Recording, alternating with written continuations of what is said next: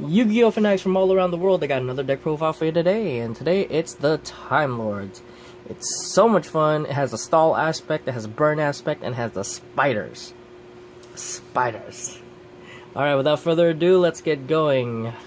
We start off with the triple Time Maiden, and what Time Maiden does is, if you control no monsters, you can special summon this card from your hand. This card can be treated as 2 tributes to tribute summon for a Time Lord monster. You rarely do that. You can tribute this card to add 1 Time Lord monster with 0 attack from your deck to your hand, so you can't add Zaphion, so that's why I don't run it. You can banish this card from your graveyard to special summon 1 Time Lord monster with 0 attack from your deck, ignoring its summoning conditions. You cannot special summon other monsters during the turn this effect is activated, so that's wow. Wow. Only the second effect kind of hurts, special summoning mechanic, but other than that, it's pretty cool. Next is Metaion, the Time Lord dude. All these big Time Lords share this one effect. It cannot be special summoned from your deck, and if you control no monsters, you can special summon this card without tributing. And at the end of the battle phase, if this card is attacked or was attacked, it does a specific thing. Metaion does this when it is attacked or attacks.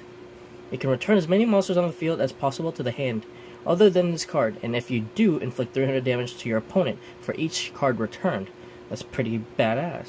So I'll show you combos that I run with my deck with this card later on in the video. During your standby phase, you can shuffle this card into your deck. All the big Time Lords share that same thing. Alright, we got triple Zaphion coming up next. Yeah, I'm reading a script. What'd it do? Zaphion, when it attacks or is attacked, it can shuffle all spell and trap cards your opponent controls into the deck. And if this card is sent to the field from the field to the graveyard, you can draw 1 card. And once per turn you can shuffle this card. Next is Lazion, the Time Lord. What Lazion does is shuffle all monsters your opponent controls. Lazion shuffles all monsters the opponent controls and all the cards your opponent controls into what? Man, I have a script and I can't even read this right. Lazion, shuffle all monsters the opponent controls and all the cards in your opponent's graveyard into the deck. In addition, it inflicts 1,000 damage to the opponent whenever they're drawing during the draw phase. That's pretty cool. I usually bring this out first. If I go turn 1, I go Time Maiden, activate effect, add Lazion to hand, normal summon Lazion without tributing. Then just wait, then end my turn or something, or set cards. Then have my opponent draw a card, and they burn for 1,000. And the next one is Camion. What does this guy do? I swear, my screensaver needs to stay open for a long time. So at the end of the battle phase, if this card is battled, you can shuffle 1 card from your opponent controls into the deck. If you do, inflict 500 damage to your opponent. Neither player can activate cards or effects in response to this activation. That's pretty insane, but yeah. That's Camion. And Sadion. I like this card. This card actually helps. With a new iteration of this deck, it's gonna put more of the Solemn Brigade in the mix, so Sadion will probably bump up to 2 or 3 because my life points will go low, and this one will bring it back up. Sadion, when it attacks or is attacked, and your life points is lower than 4,000, it goes up to the 4,000. It's pretty cool. That's it for the Time Lords. So this is the Ritual Sanctuary / Supreme King Gate version of the deck. It's pretty cool. So I don't have like a script for this one, so this is going off the noggin. I run triple Supreme King Dragon Darkworm. This card is great when it combos off with Dragon Shrine.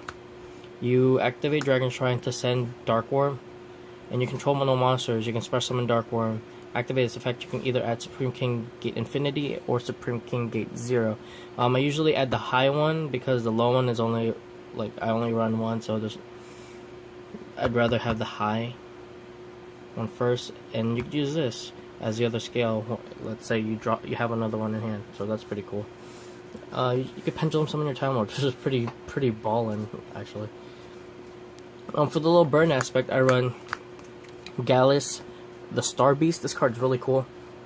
Like, let's say you have a bunch of Time Lords, right?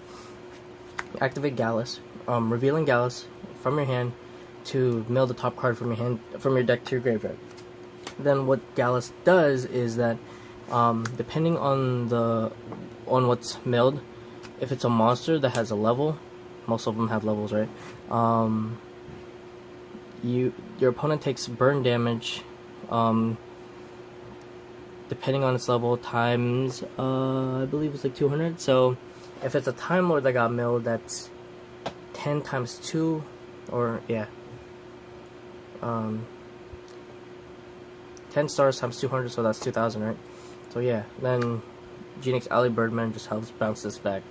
Other than Medion, that's the combo I was gonna tell you, but I'll do it more in depth in a second. I also run Ritual Sanctuary and Terraforming to bring out the Ritual Sanctuary. Ritual Sanctuary is really cool. I would run the Cyber Angels, but I just found that to be too cloggy, and I really didn't like it.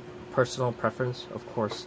Activate Terraforming, search Ritual Sanctuary. Let's say you already activated the Time Lord effect, Time Maiden. You normal summon Time Maiden, activate effect, search for a Time Lord with 0 attack and defense, add that to the hand.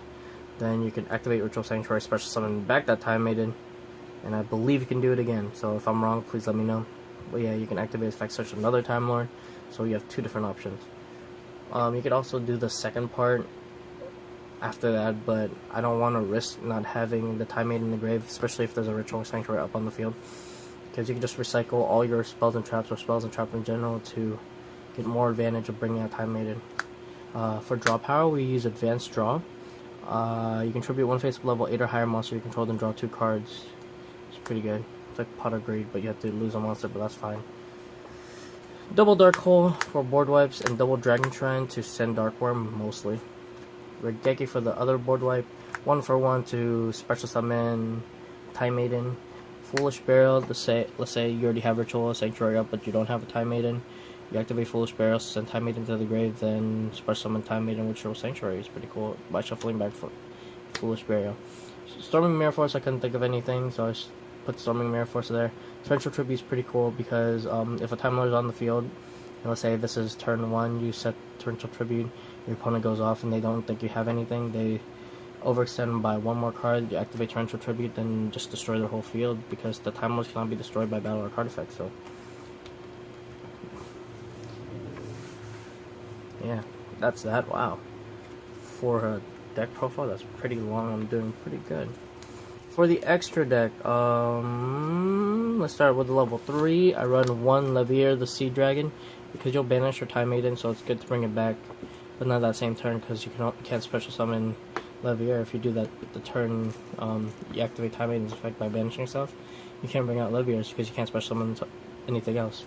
So this is like later on, let's say you have a Time Maiden in the grave and you're able to do Genix Alley Birdman and Galley Star Beast with the Time Lord. It's pretty good. You can bring out the Time Maiden.